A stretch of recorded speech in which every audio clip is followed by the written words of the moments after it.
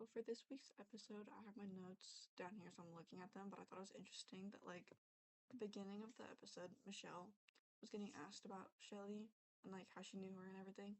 But she went on this giant ramble about herself, about her moving there, and her parents not wanting her to, and then she did it anyways and got a job. But then the only thing she really said about Shelly in the beginning of that part was, like, her working with her, and then her and Shelly getting a washer and dryer for their new house. And probably normal, but she made all of it about herself instead of about Shelly. And then she mentioned that she was there at like 5 or 6 when the police were there, but she never mentioned seeing Pat, and Pat never mentioned seeing her, although he was throughout like this entire thing for most of the time. And then, um, the whole card thing when she moved, she got a card from somebody, and she assumes it was from Fred. And then she was saying that all the things he did to us, as if he's been in the picture for a while. So maybe she knew before this happened that it was him, because she also mentioned how weird he was, and the whole like mouse in her shirt, and that he would be there. Um, and then the whole matchbook bloody fingerprint was by Fred's car, but they didn't investigate Fred. They only investigated Lori and Michelle, which I thought was interesting because it's by his truck that was a block away, or however far away it was. It was pretty far.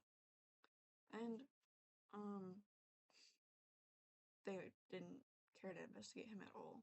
But then after that, I thought it was interesting with the whole Fred made someone stay back that was trying to help with the fire because he was a police officer, and that they needed to let the fire department handle it. He was a former police officer, so I feel like that doesn't work the same than him being a police officer. Um, and they were just trying to help, so I don't know what that was about. But Pat also mentioned that Fred had no concern. He didn't stick his head out, he didn't do anything, he didn't try to help um with the whole fire situation. But I don't know. I don't know where he was going anyways, because he was ready to go somewhere, but he was like off for the weekend. And then the whole detective telling, I think it was Pat, like, you don't need to worry about him, he's a police officer, you don't need to worry about that. They were just trying to help, and they were like super covering him. And then I also thought that was interesting. It surprised me because they they could have known exactly what he was up to, but just like protect him because they knew who he was, and they didn't want to get him in trouble because he was a former police officer. And they're just probably just trying to cover for him. I don't know. But I also thought it was interesting that the detectives waited 20 years to reach out about the case, because I feel like you'd want to ask all these questions that they had when the case was fresh.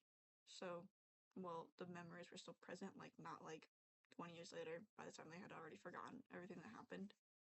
Um, yeah, that's basically it though. So, thank you.